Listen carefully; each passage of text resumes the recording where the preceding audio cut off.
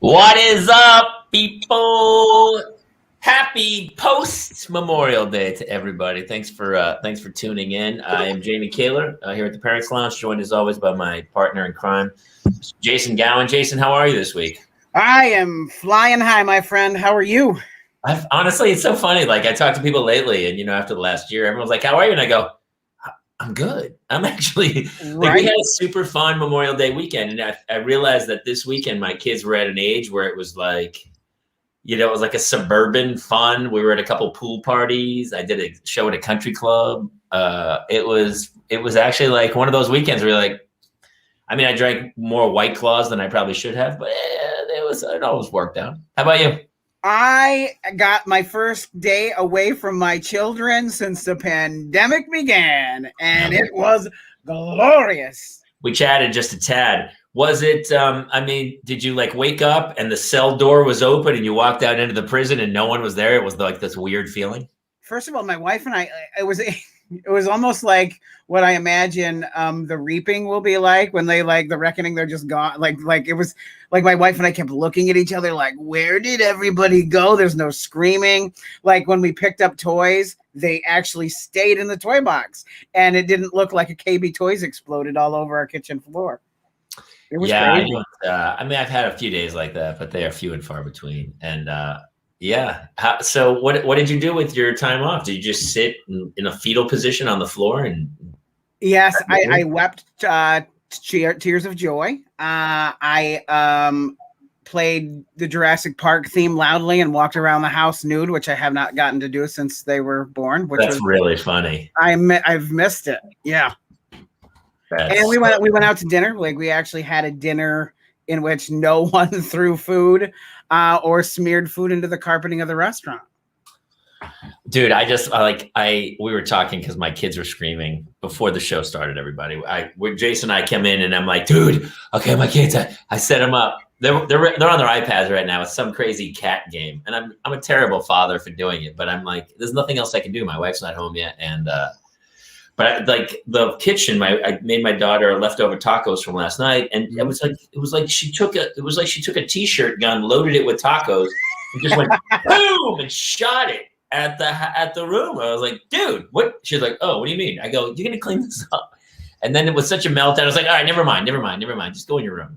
All I could hear from here was like just the screeching, and you sounded like, I couldn't hear what you were saying, but you sounded like one of Charlie Brown's parents, just like wah wah wah wah wah wah. That's all I could hear. Dude, they're getting to an age now where I can see, like, my oldest is 7. She's going to be 8 in August, and I can see the problems from the teen years. She like scowls like this at me, like it's 7. And we had a fight of epic proportions this morning about her brushing her teeth, right? And won't do it. You know why? Because she doesn't like the taste of the toothpaste in her mouth. Oh, like, we've had that issue here as well. Can they have that same issue? It just has no taste whatsoever. Does anyone know about that? Because that would be superb. And so finally I was like, look, you know what? I don't care about toothpaste. And the truth is I kind of went down the rabbit hole, and the toothpaste, it's not as helpful as we all think it is. It's mostly the brushing and getting the stuff off your teeth. Right. So I was like, just brush it without your teeth. Huge fight, to the point where, and I was trying to get her out of school, and I gotta put sunscreen. She's a ginger. She's got pasty white alabaster skin, and she doesn't want it. She's like, it's everything's a fight, man. Everything's a fight. So finally, she wasn't brushing her teeth. She wouldn't do it. We had a huge fight, and finally, I felt terrible because I exploded, and I went, I go, you know what? I don't give a shit. They're your teeth. Why do I care? Why am I involved in this fight?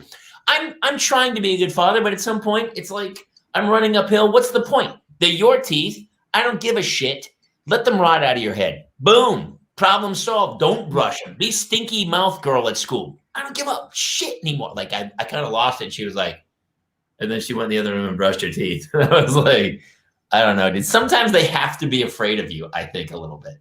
They have to know you're the authority figure. We kind of figured that out early on because, like, as you know, that Jerry Lambert says, I use baking soda and bits of glass. Yes, Jerry. Jerry's my old buddy from my comedy. I'm going to have to get that recipe. He's a very funny cat. Well, people are using charcoal now, Jerry. I think people are using charcoal. I should send Jerry the text to get in. My wife tried that actually.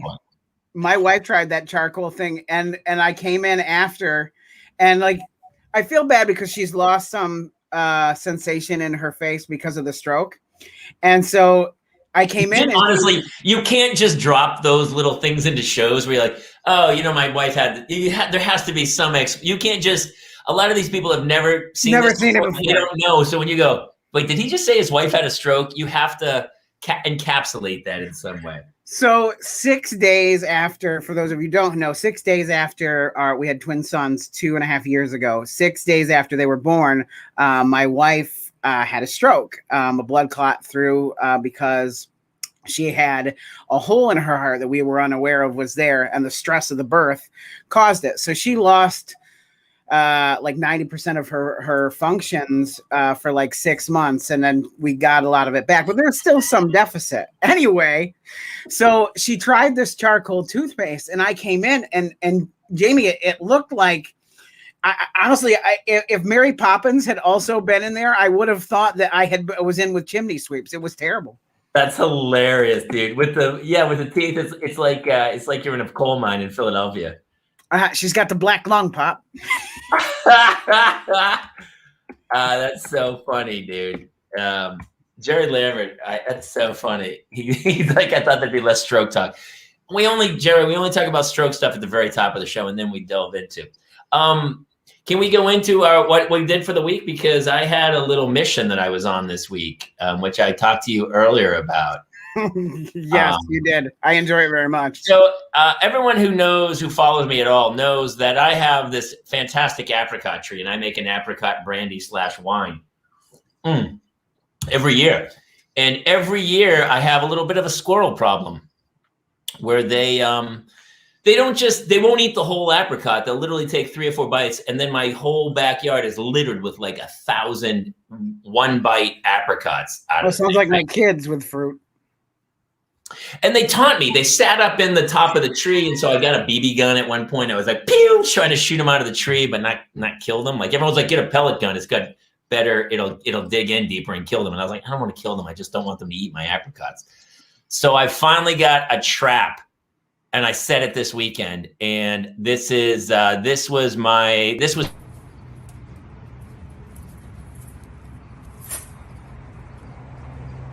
That's it. You let him go. Shoot. And number 3 in a day, in actually about 12 hours, because nobody's eating my apricots but me. So that's just the way it goes. Get out. Shoot. No, go the other way, ding dong. You turn around. Dude, turn around. Turn. You kind of got your head out. There you go. Up the tree. Oh, and we caught one rat. So I set the trap, and I literally was like, every time I would set the trap, I would just step like 10 feet away from it, and I would hear clang, and I'd go back and I'd release them. But we talked about this earlier, dude. And we'll talk to Jared, our guest today. We have a fantastic guest, Jared Taylor. Super excited. Super funny. He's gonna give me so much grief for not just drowning each and every one of those squirrels. But I'm not a killer. I can't. And it's fun. As a former military guy, you'd think I would just like put him in a sack and smash him against the wall. But I can't do it. I couldn't even kill the rat. So yeah, I was a little confused. It was like, that squirrel doesn't look okay. That squirrel had a bad tail, it felt like. And my daughter wanted to play with it. She's like, can we keep it? I go, no, it's a rat, dude. It worked in Charlotte's Web. I honestly though, dude, I cannot kill animals either. I don't think I've ever told you this story, but so it was like 2 days before Christmas, and we were doing renovations on the house, and we live between 2 rivers, and so it's a high area for bats. And I got up, I let the dogs out, and I had like 15 extra minutes. I was like, I'm going to go back to bed for 15 minutes. And I laid in bed, and my wife wakes up and she's like, what is that noise? And I'm like, what noise? And then I started hearing it too. And it's this like clicking noise. And I was like, I don't know what that is. And I sat up and I started to move. And when I moved, this little wing, like Batman style, came out from under my ass. Wow. That was under my ass, Jamie. Okay. Like you sat on a bat. I was sitting on the bat, and then I felt the bat literally bite me. And he bit you in the ass. He bit me in the ass 2 days before Christmas. Did you have to go to a doctor to check for rabies? I mean, we didn't know how long he was in there, and at the time, you didn't know how long he was in your ass. No more than 15 minutes. Oh, okay. Because I didn't see him when I went to the bathroom. Okay. Why do you do this to me every time? Well, every story is different. It's like one day you're chasing your ex-wife with a puppet in the passenger seat. The other ones are insane. All the stories are nuts. So this one's great. So you had a bat, you sat on for like 15 minutes. He finally bit you, but you still couldn't kill it. And you let him, but you didn't kill him by sitting on him. No, he was just really disoriented and clicking at me. And so then I had my wife run and get 2 of the silicone kitchen mitts. Mm-hmm. And like I slid it down and I grabbed the bat, and I didn't realize you're supposed to keep them. And well, if they bit you, that would be the one thing I probably would kill, because you need to have it tested, I would imagine. Yeah, so I let it go. And so because he was in the room, at the time Jace was 3, he had slept in our bed with us that night, so we didn't know how long he was in there. So our entire family, 2 days before Christmas, while my wife is 8 months pregnant, we all had to get all of the rabies shots. 4 rounds of 4 I had to get 16 shots because of it. So okay, we've never talked about this. So everyone always goes, "Oh, rabies shots, it's a needle this long, it goes into your eye." And but you actually really did have rabies shots. I really did. It goes in the arm. The needle is substantial. It's a bitch. And it's like 4 rounds of shots? Yes. And because the rabies dosage is based on your weight. And I was 70 pounds heavier at the time. So you had 265 shots. Yeah. Yeah. So I'm like rabies proof now. Dude, when you do write the book, it's going to be insane. Like no one's going to believe a story out of it. You're going to go, this is all based. This is true. This is absolutely all true. Super funny. Wow, dude. It's when I was a kid, we used to throw the Frisbees up in the backyard, and they would hone in on them and come through. And then if they ever got in the house once or twice, I think my father killed one with a racket. My father he had woodchucks in the backyard in his garden. He would just take rags and flood them with gasoline and shove the rags down in the hole and kill them. He didn't care. He went full Caddyshack. Oh, that was an old school. Yeah, I guess this was long before Caddyshack, but he took them and he just poured gas down there. I was like, this is a disaster waiting to happen. But yeah, it's probably a toxic site now up in New Hampshire. So. All right, let's do this. Let's bring in our guest for this evening. This guy, you know what's funny? I wanted to do a good intro on him because I met him at the GI Film Festival. He and his buddies, Matt Best and Evan Hafer and Vincent Vargas, Rocco, had a film there called like Range 15, this crazy apocalyptic zombie film. I meet these dudes. They're 4 veterans who basically made their own movie with William Shatner and Danny Trejo. Like everybody's in this thing and you're like, how'd you guys get this made? And then you go back through their story, and they originated Drinkin Bros. They started Black Rifle Coffee Company. And so for a bio, I was like, I don't really know what he does exactly, but he pretty much just gets stuff done. So he has a lot to talk about. He's a good dad, and he's a crazy cat. Let's welcome Mr. Jared Taylor. Hey, buddy. Dude. Oh, hey, guys. I was going through your bio, and I was talking to Jason, and I was like, he's like, well, what is he doing? I go, who knows? I don't know, but I see photos of him and Travis Pastrana riding a lot of dirt bikes into crazy pits with kids and not dying. That's what you have. That's the thing you have to hold on to when you're with Travis is not dying. And you're either in a jet, or you're in a race car at the Indianapolis 500, or you're in a helicopter I believe you guys own, or you're on a tank. Or you're definitely shooting. Something's getting shot, I feel like. Yeah, 100%. I mean, we try to keep it interesting. Like, although I was very, very intrigued by the conversation with Jason leading into this, you know, the whole rabies thing. I put that on my resume. Has had rabies.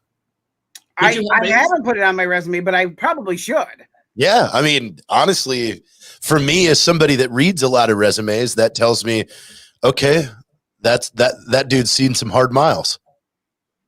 I need you to take a look at my resume. Help me beef it up.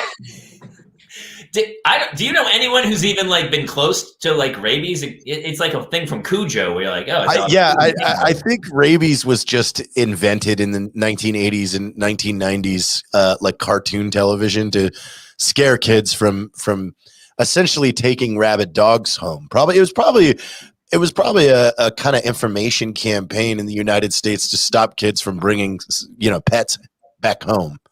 So we created the rabies scare, I used it with that rat in the cage that we released. I told my daughter, I go, don't put your finger in there. If I get rabies, you're going to get shots in your eyeballs. And she was like, what? Yeah. Oh, God. I thought for rabies, you had to get a shot in your stomach.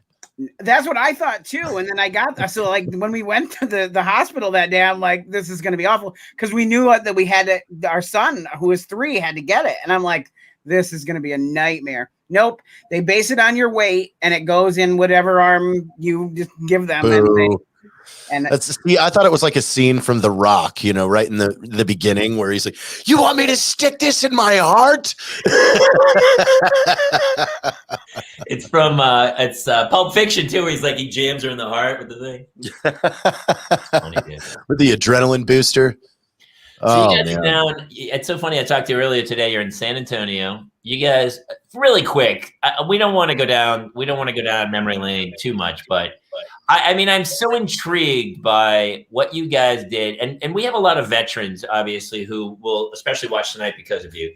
And your story is pretty inspirational. That you lunatics just get out of the military and we're like, you know what we should do? Anything we want. And let's go. Let's make a movie. Let's start a coffee company. Let's do this. I think it all starts with we should make a video that has this, and then it just kind of fell into place after that. And it was like, oh, I don't know if the world's ready for that video. And then we did it. Like some of the stuff that is ready for that video that has been deleted, like from the archives of BRCC. When you watch our original commercials, like holy shit, they are aggressive. They were fairly aggressive, but I mean, what's funny, dude, too. I was thinking about this earlier today. Is that like people were talking about you and about the insanity of it all. But the truth is, like people in the military, we have such a gallows sense of humor because of the job. I was watching the Pacific this weekend and Band of Brothers over Memorial Day, and we shared your video that we have that we're going to pop up here in a bit, but I think that we crave that sense of humor. And in these days and ages, that I'm afraid when I get up and speak on stage now that I'm going to say something where people are so offended that they'll cancel me, where you're like, but when you're in the military, there is no limit. There's no line. Like people have the most dark sense of humor. And I love that. I kind of miss that a little bit. Yeah. But, and I was talking not too long ago about this is I experienced, we had some people out from LA, from a big, they're a big VFX house and studio and stuff like that. And one of the guys in there who again is like in his low 30s and stuff like that points to something on my wall. He's like, oh, what's that? I was like, oh, that's my buddy. Real good friend. He was killed back in 2010. And like this dude, like takes this breath and goes, yeah, I've never had anybody I know die. And I'm just like, oh man, you got a lot of life to learn later. And this is probably going to be rough for you. Cause at least with us, we were taught it at a young age. So we're just used to it by now. I think there is something to that, and the way you guys lived your life after that. Like I had a roommate who was killed, and I remember like it's a turning point in my life where I was like, oh, this is not permanent. This is all fragile, and I'm gonna milk everything I can out of every day for the rest of my life because I don't know how many days I have left. And I think guys in your shoes and people who come from that world have that mentality more than other people. And it affects our sense of humor. Well, I mean, it's all that, it's that subculture. I mean, even with us, like, a lot of people that are just distant from from military or the wars that we've been in for over 20 years. God, for what? Number one. And then number two, they seem to think that like that is the pinnacle of kind of the worst that you could see, where I'm on the fence of a yes and no to that answer, where it's like, at least when I was overseas and fighting, like we knew when we left the gate what we were going to do and what could possibly happen. We had that in our heads. But for me to look at a firefighter or a police officer in your local hometown and know that they're the ones that are on the side of the freeway at 2:00 in the morning, trying to pick up the pieces of a minivan that just got freaking demolished by a semi truck or something like that. To me, that is way worse. And I don't want anything to do with it. I couldn't do it at home. So I think doing it at home would be much harder, at least for us. We were on a plane for 20 some odd hours in a region that none of us would ever even dream of vacationing in. And we're doing things that we've been kind of brought up and accustomed to do, that we expect, and we have things happen to us that we, have in the back of our heads that we expect. But when you're living at home in your own community, in your own neighborhood, and you're having to respond to tragedies like this, I don't want anything to do with it. I can't do that. Like, so that's why I think first responders have it a lot more rigorous than we do. I have a buddy who's a golf pro, and before he was a golf pro, he was a EMT guy. And he told me, he said his first call was a guy who'd been run over by a truck, knocked off his bike, and the wheel had gone over his head and kind of just, and he goes, he was like, I can't do this. I can't do this for no, and that's just a Tuesday though. Yeah. Like, and that was a Tuesday. And he was like, and I think, he was like, F this, and I'm going to have a cocktail and go play golf for a living. And I know. Yeah. Yeah. How do you think it affects you as a parent, man? That's my question, is to go, like, I think when I talk to my kids, I try to instill those lessons about, like, hey, man, you're going to get one crack at this thing. Don't leave anything on the table. You know what I mean? Well, it's funny because I've joked about, where is that book? I want to read that book about the guy that was, one of the people that tortured people during the Spanish Inquisition. Like, what did he do when he got off work? Like, does he hang up his leather, his leather outfit, and then he hangs up all his tools, and then he goes home and washes his hands and hangs out with his wife and his kids and everything? How was work today? I stretched a lot of people until they died. We put a couple people in some Iron Maidens. We did a Brazen Bull today, which I was excited about. We don't get to fire up the Brazen Bull very often, so that was interesting. Like, is that the dinner conversation? Like, really, it was the Marquis de Sade, and it's where the word sadism comes from being the Marquis de Sade. He was a sadist.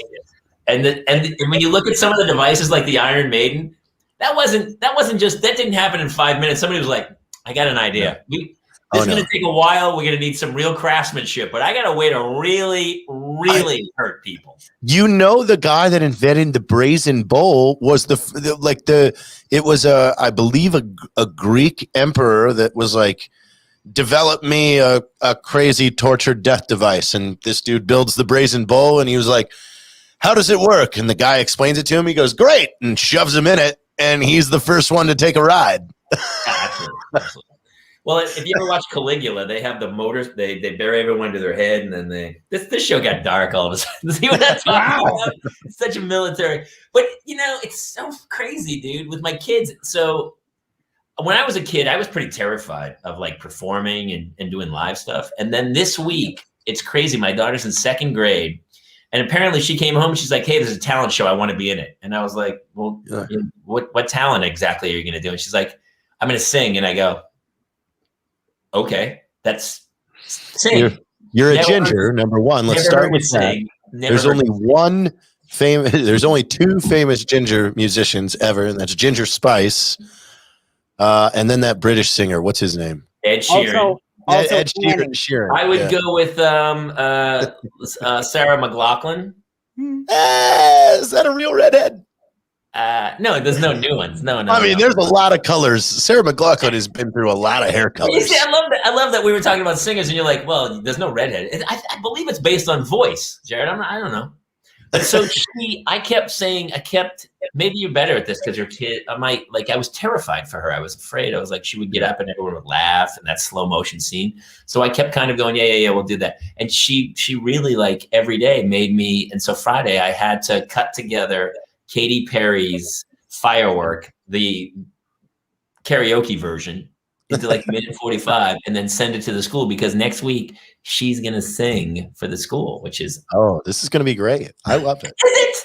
Are you going to the show or is it just? I am apparently going to the show, but here's the deal is I was terrified for her, but I was also proud. And I go, why are you doing this? And she goes, because, and she kind of parroted back to me what I've always told her about, like, who cares what other people think? You know, it's like dance like no one's watching. And I kept saying these things thinking they were just bouncing, deflecting off her. But I feel like, and now I'm terrified that it will backfire and it will be like this catastrophic moment in her life where she'll be like, I remember this second grade talent show. And like she just went into the hole. I don't know what's going to happen, but I'm terrified. Well, it's in her vocal cords hands now. She's been practicing every day and she sounds getting better. Oh, well, as long as she knows the words, that's fine. I think so. I think yeah. If you just have all the words. I was not like that until I got older and kind of what we talked about where you have that seminal moment in your life where you're like, what am I doing? As a kid, I was terrified of doing stuff like that. Weren't you made films and stuff as a kid? Weren't you like a shooter as a kid? Yeah. We were trying to make movies and stuff like that. Like it's funny when you look back at the technology and how far we've come, you know, in the last like 15 years, because I remember as a teenager, like looking on the few websites that existed, because there wasn't a lot of websites back then. You know, whitehouse.com wasn't about the president's house. I'll tell you that much. What was it about? It was a porn site. What was the porn site? Everybody learned that about, I think, the year we were in 8th grade, when it was like, oh, we have to do a book report on the president, and whitehouse.com. Whoa, that isn't a resource for the government.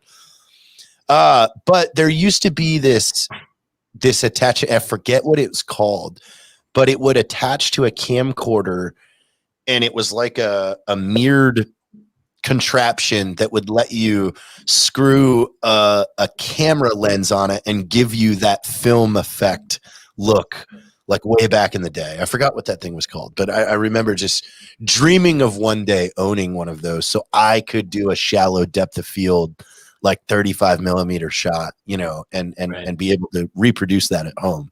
And then now, you know, every DSLR that you have is you know, mimicking what some of the greatest cameras of our times, you know. Like I've told people that what you carry in your phone and in your bag is 6,000 times the technology and budget Rodriguez had for his first film. Yeah, that's crazy. I used to do a joke about the technology in your phone is more than they landed on the moon with. Like, yeah, close, but I believe the lunar module hard drive was like 62 kilobytes for the whole thing. Yeah, the whole thing. Yeah. Now a 62 kilobyte file is part of your signature block on an email. That's right. I mean, I remember waiting 4.5 hours for an MP3 to download. Like, so excited. Remember on LimeWire, I would try to download and go, those will be down by tomorrow. Like, it would take that. I forgot about that, dude. Queue them all up and be like, "Oh, I'll go to bed. They'll all be there tomorrow." You know, you're spend the next 8 months cleaning up the viruses they had in them. 0.2 kilobytes a second download speed. Oh, we're humming. That's super funny, dude.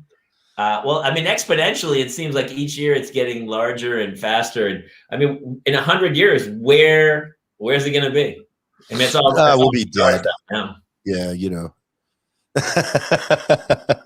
It's wherever the porn goes. Wherever the porn We will goes, we will have destroyed everything probably in 100 years. China will have fired up that fusion reactor, and we didn't realize that there was like an aftermath. And you didn't hear about that? They fired that thing up this week, and it burned 9 times the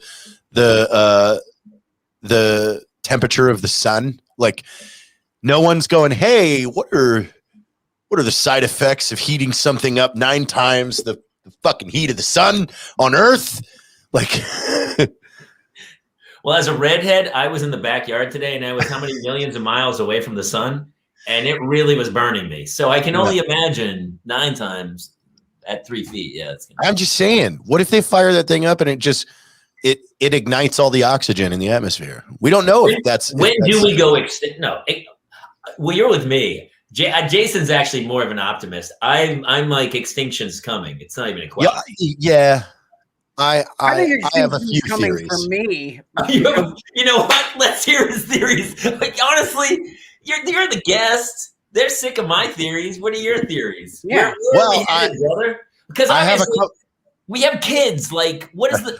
Sometimes I'm like, what was the point of this? Like, I feel like I got this great present that I'm. It's like, it's pointless. That's what I feel like sometimes with my kids. I'm like, well, there's no future. What's happening here? Yeah, I don't know. There's a couple things. Like, number one, I think we could be a mechanism in someone else's. Like they dropped us off here to fuck the earth up so they could harvest the core or something like that. It's like so this is just a timed. We're all just a bacteria or a parasite that is preparing this for someone else. So they came by a bunch of years ago. They're like, all right, set Earth on the clock. So we'll be back in a million years and it'll be ready for us. You guys will have created nuclear weapons and fucked the whole thing up and broke the crust and everything. So now we can roll in and just go, let's just grab that core. That's what we needed. Thanks, guys. And then bounce. So there's that. We're just running the cycle. I totally agree. And here's where it's from, really. And really dawned on us is in the Matrix. He says, you're a virus. There's only one other species like you on Earth, and you're a virus. You consume everything that you use, and there is a finite amount of material. So unless we start to regenerate stuff, obviously we're going to use it all because we're all in a lifeboat. And there's that one dude who's like, dude, you ate all the rations. We're going to be here for like 3 weeks. I mean, for real, I think we're 2 to 4 generations away from really having a food problem. And water problem. I think it's going to be. Well, yeah, but water. We have the technology and the actual like physical. For us to be able to turn salt water into fresh drinking water, that's something that could be solved with $1 trillion and some new infrastructure. But food, that's a different story. When we really fuck up the oceans to the point where they're just dead, like then we're in trouble. Well, I read something that like just off the coast of Delaware, and even the year when like a record year when people weren't in the ocean because of the pandemic, 5 whales died off the coast of Delaware. Just randomly died. Delaware.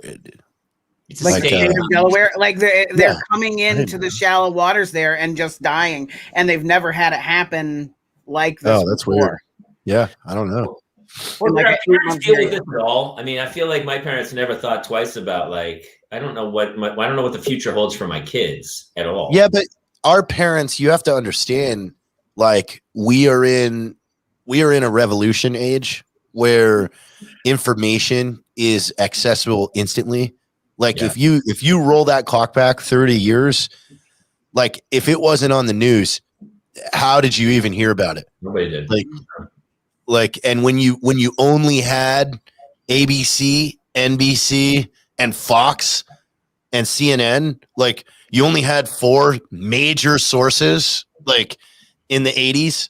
So like, so the fact that we've exploded with media outlets has now exploded with information share. So it's like everybody has to report on something 24 hours a day. Now we're getting all these updated, stories, but even then they're inflated because they're trying to get clicks, because the whole purpose is get more people over to our site so we can show you ads and then we make more money. So we're not going to tell you the truth, because the truth doesn't get you to click, which doesn't make us money. So we need to tell you what you're going to react to. So at the end of the day, which is what we've always said, is that the answer to every question is money. Yes. Right? 100%. And that's going to be the downfall, is to go, oh, money was everything. When one dude has it's like a game of Monopoly. You play for 4 hours and then one dude has all the money and everybody flips the board over because it's like it's over.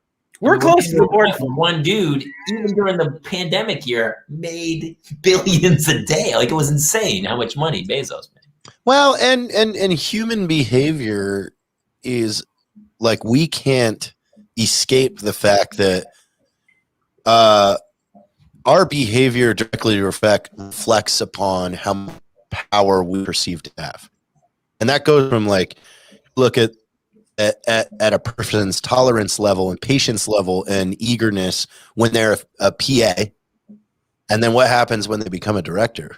Right. Now all of a sudden, the world needs to kiss my feet. And that's all just behavior based on the notion of power that you have at the time.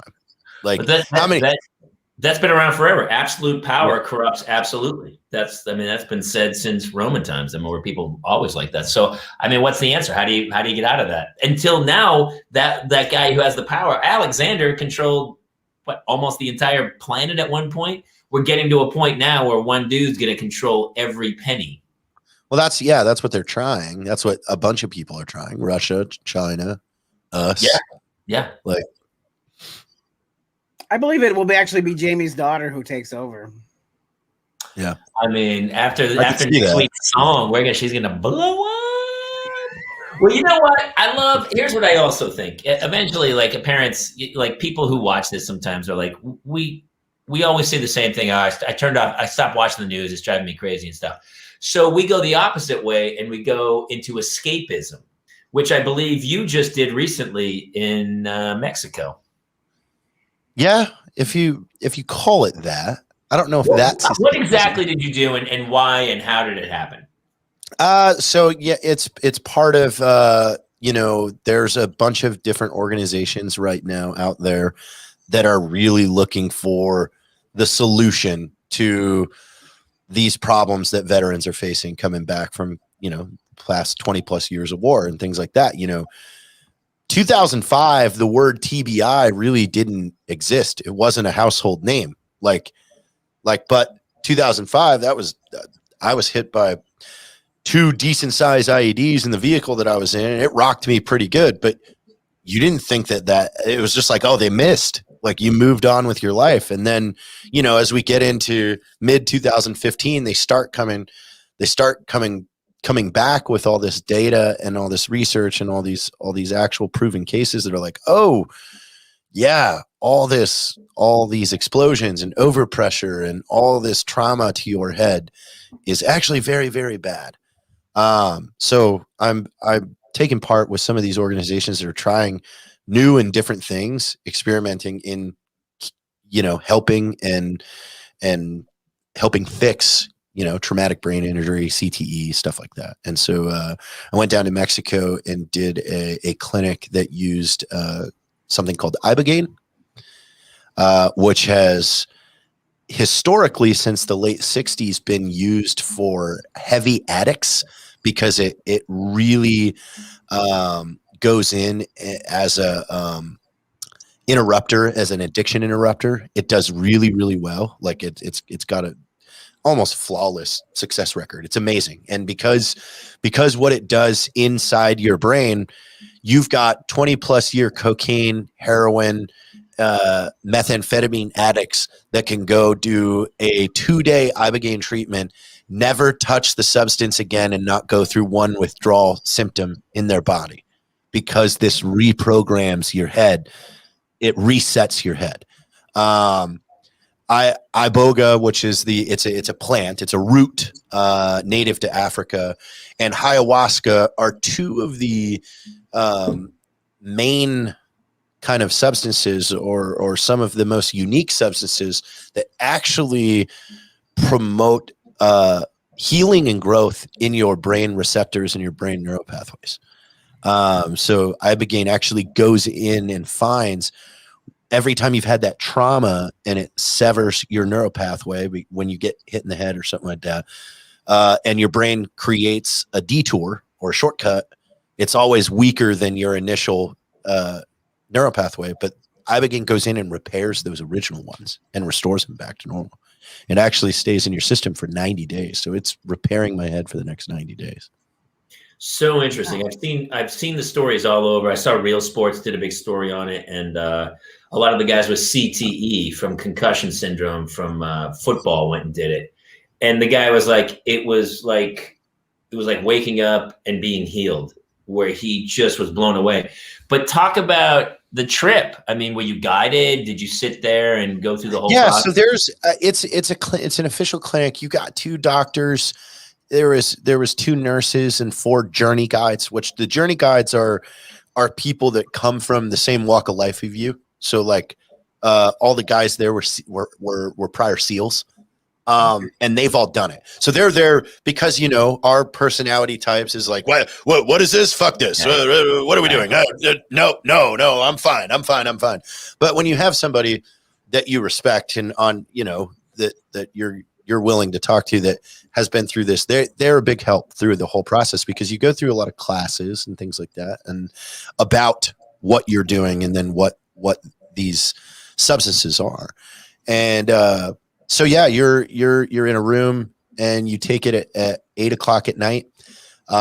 It takes you over about 45 minutes later. It's the worst experience that you'll ever do in your life. Like it is. And when I say it was a positive experience, but was it scary and it's terrifying? I was in hell, like literal hell. Wow. Walls, because it's not a micro bleeding dosage, right? They blast a heavy dosage.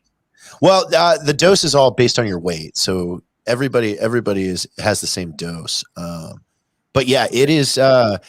Every time that Ibogaine gets to that severed neuropathway, you're going to relive why it severed. Wow. Interesting. I guess maybe it's like it's whether it's a wake or it's a way to say goodbye to it in a way. I don't know. That's so interesting. No, I mean it. I've heard it explained a number of different times the last couple of weeks, and then having done it myself now, 100%. Like it shows you all the bad moments you've had in your life, and it will repeat them until you're like, okay, I'm good now, and then it keeps going. Like it feel that first 12 hours to 14 hours that first off, this is like the strongest thing that you can't even imagine. You've never, because I've been in the hospital, I've had morphine, I've had all kinds of different painkillers, as well as being knocked out for surgery and stuff like that. No, this puts you on your ass, but you're conscious through the whole thing, and then you're going through your own head.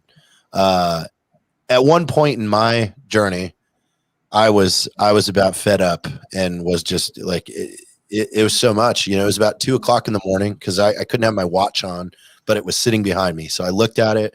It was 2:30 in the morning. I was like, okay, I've got a whole long night of this. Let me see if I could pass an hour. So I slowly counted to 3,800.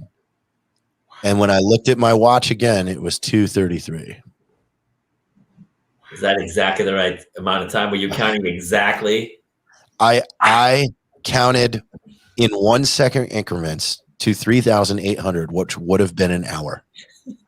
And 3 minutes passed. Oh, I think you said 38 minutes. 3 minutes. 3 minutes. Oh my God, dude. That's incredible. And that's just a sample of what it's like in there. Like you feel like when you do come back, like you feel like that was 6 months, but you also feel completely just way different. You come out of that like I could see better, I could hear better, I could breathe better. I wasn't thinking about anything. My mind was just quiet. Think about the last time you ever had that. I have 3 kids. I have no idea what quiet sounds like. It was just nothing. It was like, whoa. And you just amazing to me. These they grow naturally on Earth, and if everything's here for a reason, then it's like marijuana. It's like it's here for a reason. It's a natural medicine. You would think that these things are specifically designed. There's a reason for them to be there. There's a reason, but there's a reason why we as a society suppress them and hide them from everybody else. Because what's the methadone market a year? It's money. It's all the answer is money. I'm going to look that up right now. How much methadone? Well, that was hemp.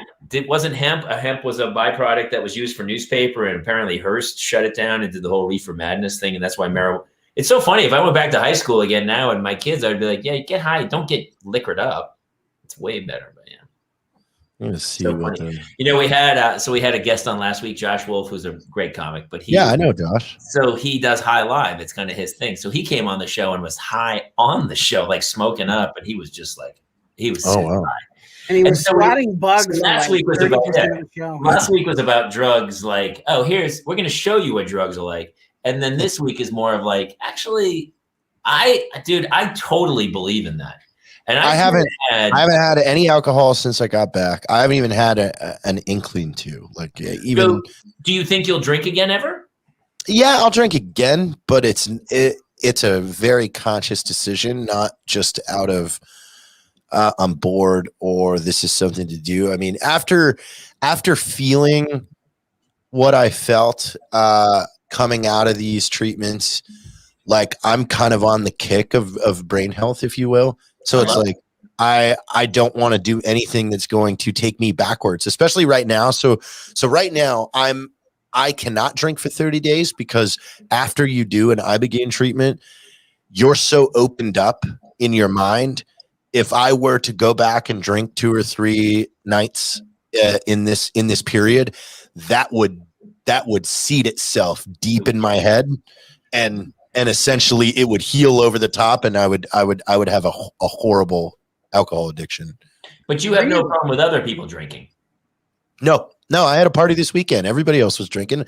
It was fine. I didn't even have an urge. We have a correspondent who checks in every now and then. His Archie, he's from Scotland, and he's a huge Scotch fan.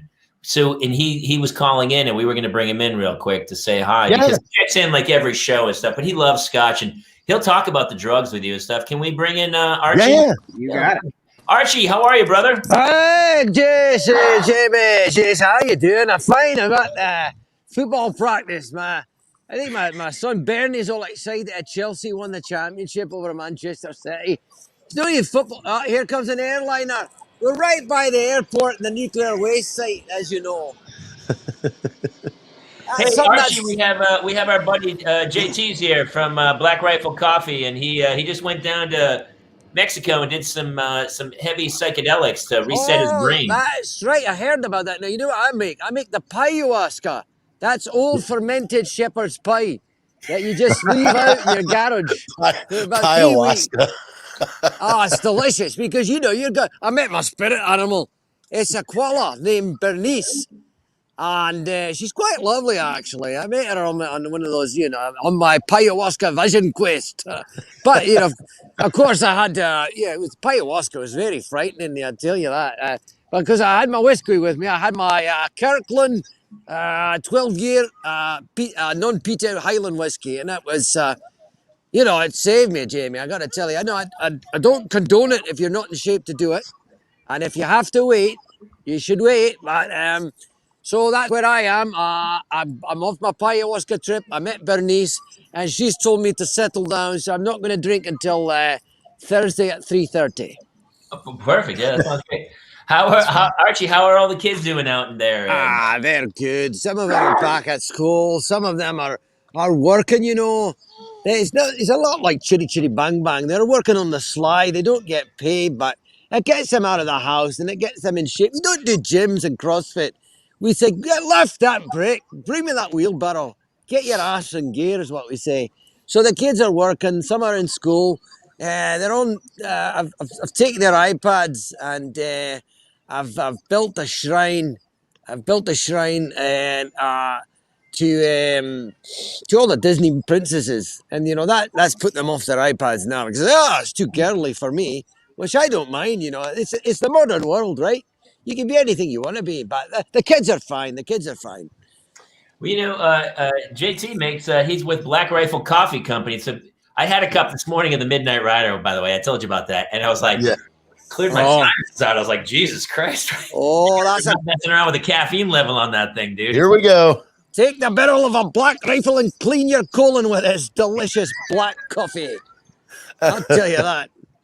It was like a cup of molten Nashville hot chicken. Just went straight, fired through the hole. It was fantastic. Oh, it's like those cafecitas that the wife and I had in our honeymoon to Cuba. The cafecitas. Yeah. Oh yeah, that'll put hair on your hair. Archie, you like strong coffee, right? I love strong coffee. I like my coffee like I like my women, with black souls. Apparently my wife heard that and I spoke a little bit too loud, so I've got to keep it down. She gave me the stare, Jamie. She gave me the stare down. Oh, I know she did, my brother. I know. I feel like Logan Paul just got Mayweather pissed at him. I'll tell you that. I know you came on to promote. We're gonna do a big Scotch tasting for Father's Day, right? That's what I hear, Jamie, and I can truly recommend the Kirkland 12. It's good. It's a Highland whiskey. Well, not quite Highland. It doesn't go above Inverness. It's just outside of Glasgow. They make it in garbage cans, but it's quite delicious. We're gonna do a big Scotch tasting for everybody, and we're gonna do it on the Saturday of Father's Day weekend. And we're gonna do Kirkland. We're gonna do an official Scotch tasting of Kirkland's 16. And amazing. Absolutely. I'll be there. Bring your sleeping bags because I'm going to bring my ayahuasca, and you may be able to meet your spirit animal and or an usher at the Celtic Stadium. So everyone has a week and a half to get a bottle at Kirkland. We'll put some ads out and stuff, but we're going to have a big Scotch tasting on there. So, all right, Archie, we're going to get back to JT, but hey, thanks for checking in, and I'll send you details about the Scotch tasting. Okay, it's good to see you. One of my kids is falling in a pothole. I've got to go. All right, Archie. Take care, brother. I've missed him. We haven't seen him for a while. It's been a while since we've had. He pops in every now and then, but he's a real character. He was talking about his spirit animal, but I think Archie might be my spirit animal. I feel so. He calls in from Glasgow every week or so just to kind of check in and say hi. But yeah. What time is it over there? Oh, it's crack of dawn or something. I think it's 8 hours. Yeah, it's like it's 5 That's hours. amazing. So listen, dude. What else? You guys, we got to get the video up. I thought we had Jason. Do we have the video? We'll pull it up before the end of the show. So you did this big Memorial Day video with Matt and the rest of your gang. And dude, I watched it on Friday. That's why I called you to come on the show, because I kind of teared up. I was like, "Oh, that's right, it's Memorial Day." Is it a fun weekend for you guys, or is it more of a somber weekend? No, it's fun. I mean, honestly, I got asked this question yesterday. It's no different. No different for me, because I never stop. All the guys that were close to me, there's stuff all around my office, all around my bar. Like I can't walk into something without seeing something that is either of them or in memoriam of them. So it's no different for us. But for this song though, like this is something Matt and I have been talking about for over 6 years. Like we said, hey, we really wanted to give the community a song that was like a toast. And it could fit any wake, any person, whatever. So we worked a long time on this. We actually had a draft done last year, and we threw it in the trash because we weren't happy with it. It was like, nope, not ready. So we did have a version of this ready for last year that we scrapped because we didn't feel that it was to where it needed to be. And now it is, bringing Danny Worsnop, lead singer from Asking Alexandria, in because we wanted someone else to be the voice of it. If it was me and Matt singing this, we felt it might take away from it because, we're known for the comedy and things like that. We needed a legit singer to come in there and sing this song and kind of make it as important as we wanted it to be. Which is weird because you're kind of a legit singer. I remember like the first time we hung, we played guitar a little bit, and I was like, you sang, and I was like, because I met you and you're like, I just got out of the Air Force, and we're making movies and we're shooting shorts. And I heard you sing, and I was like, you've sung a note or two before. Yeah, but I also like I walked in and watched like 3 hours of you emceeing the film festival. I didn't have to be there. I just wanted to see. And after that, it was just like, I have to be friends with him. Yes. Him. I tell you guys, I was like, I go, wherever you guys were, there was already a huge crowd following you. You had this. I was like, you need to come hang out with us. It was pretty great. The kids. It was so funny because I got out of the military so many years before you. And when I got out, there was literally nobody to serve as a conduit to kind of welcome me into the code. Like, hey, come on, you can do anything you want. But now through the internet, you guys have created kind of a world where guys who are getting out, I just talked to one in San Diego and he got out and he knew all you guys. He's like, oh, I'm kind of following that path. You kind of forged a path that's awesome. It's kind of allowed guys to go like, oh, I can get out and find a life. No, yeah. I love that. Yeah. I'm echoing there, Jason. Is that from that? No, we're back to echoing. Can you hear it? Yeah. I've got you. Hey, I want to show you a video, dude. All right, yeah, go for it. Yeah, let's just put this up, and maybe we can take care of the echo feedback since we loaded that up. All right, so this is your video. Any intro you want to do? We just did the intro. We worked a long time on it, but and think of it as a toast. Which, dude, that's the Irish way. All right, here we go.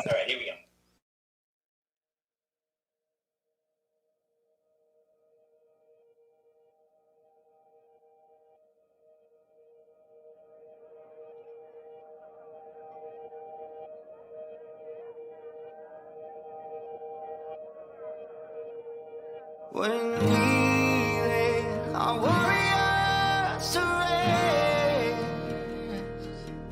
it's to the good times, it's to the bad times, and the memories we'll always have. 'Cause when we lay our warriors to rest, raise your glasses just to the fallen and the ones who will never forget.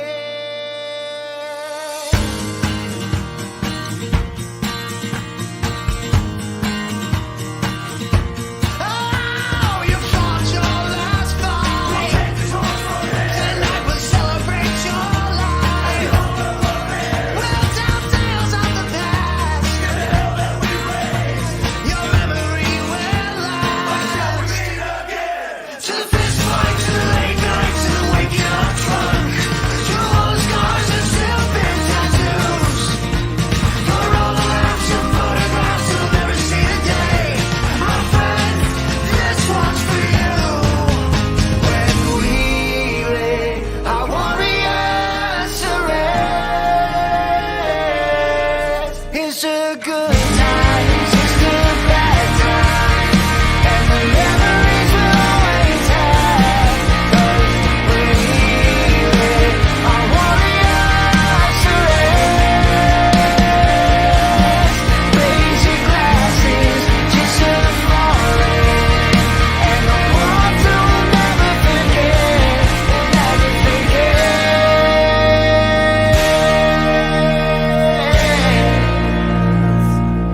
will never forget.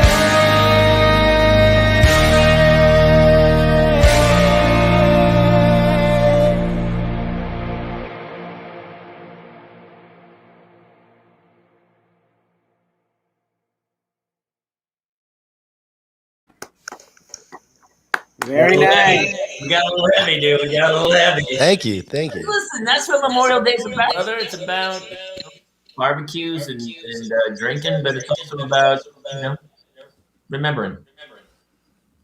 Absolutely. Yeah. So, Jared, I have a question. Yeah, what's up? What coffee from Black Rifle do you recommend for me to survive a hyper 5-year-old and twin 2-year-old boys? What is my go-to? Caffeinated as fuck. Is every single Black Rifle just, I mean, the caffeine level, I was like, Like all of a sudden I can breathe. It's pretty much, you know, we want to hit you in the face with a boat oar. Well, you did it. Yeah, it's super great. Is it me? Who's echoing? Is it me? It was I'm not actually. sure. It was actually. I messed with it, but it's not coming out. Actually, it's okay now. It cleared it out. Oh, Double bless you. feeding. Yeah. Listen, question. I have one last question. We'll bring it out about the kids. About you're raising these kids, and I was talking today for 2 seconds. You're like, yeah, we got a donkey, we got a deer, you got all these acres down, and I just think it's so great. And I feel like, you know, I'm raising my kids here, and we're doing, you know, we're at camps and we're school and stuff. But I mean, I just love the outdoor stuff that you're doing and all the Travis Pastrana stuff. Is there any fear with your kids, or are they just absolute maniacs? No, yeah, they just go for it. I mean, no emergency room visits where you're like, have you ever been terrified of like, oh my God, what if I'm making a monster here? Yeah, but I think that's inevitable. Like I have to be real with myself.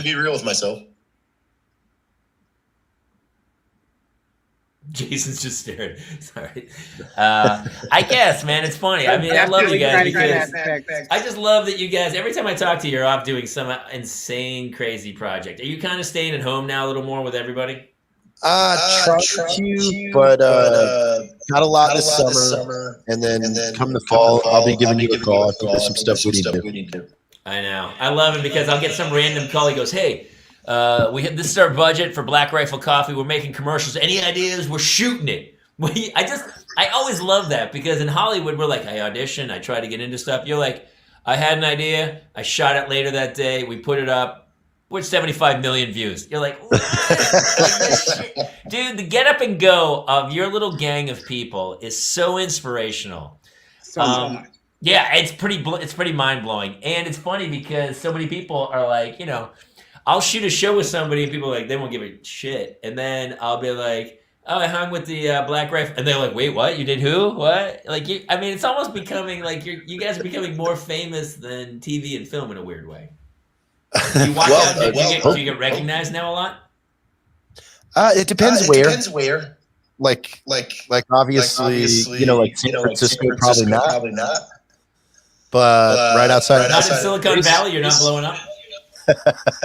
Yeah, in Oklahoma, at like the rodeo, you're huge. Yeah, NASCAR.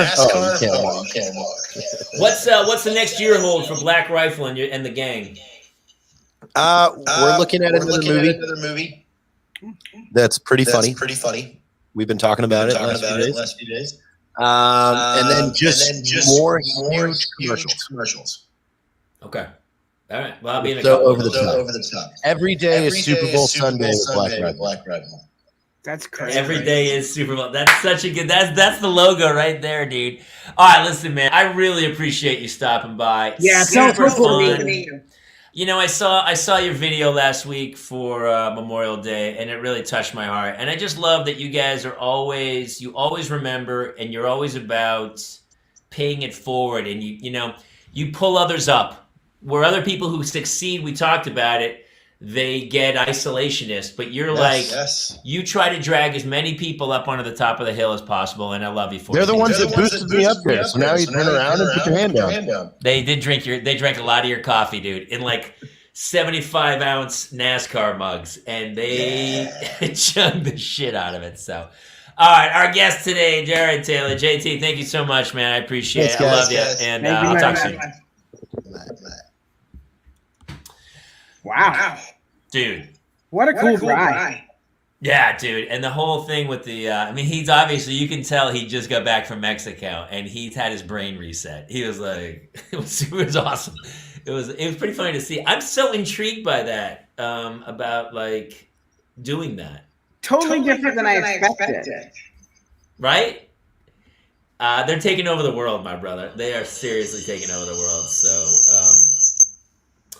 that was a fun one today, and Archie. So listen, we are going to do a Scotch tasting on June 19th. We'll put up a little ad and stuff, and we're all going to do. Normally we would do like Bunahagen or Lagavulin or Oban, but now I want everybody to go to Costco and get a bottle of Kirkland 16 Highland single malt Scotch whiskey, and we are going to do a giant Father's Day Scotch tasting. I have to drive 4 hours to get one. Which, I mean, it's like it makes it almost be like It's a pilgrimage. it's a premiere for you. It's a premiere whiskey for you. It is. Yeah. Thankfully, I'm already going to be down that way, so I'm going to pick it up on the way home. I don't think that says that much about Kirkland whiskey. I think that says more about where you live. Like if you live that far away from a Costco. But this is Sam's Club dominated here. All right, whatever, man.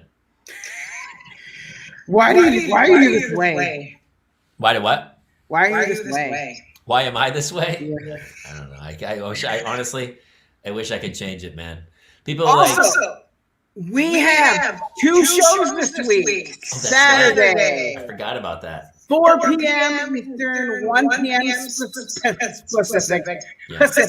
Me, Mr. Taylor, Dave Strader, live in Gettysburg, our first studio audience recording at the Phenomenology event in Gettysburg. Yeah, we're doing a little. It's a little paranormal event, right? Yeah. Yeah, it'd be super fun. Paranormal. So parent normal, that's right, very parent normal.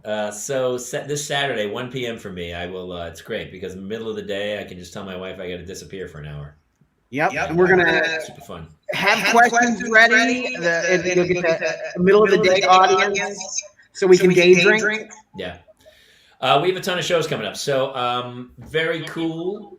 Oh my gosh, all the people that commented, I'm gonna have to get back because I got caught up chatting with him. But hey, they can hear the echo. Lord Hot Dog, yes, Josh, he is Lord Hot Dog. All right, listen, let's wrap this beast before the echo becomes unbearable. Super fun show tonight, man, and I'll see you guys this week, and then Saturday show, Scotch tasting for Father's Day, and that's it. See you this weekend. All right, love y'all. Thanks. Bye.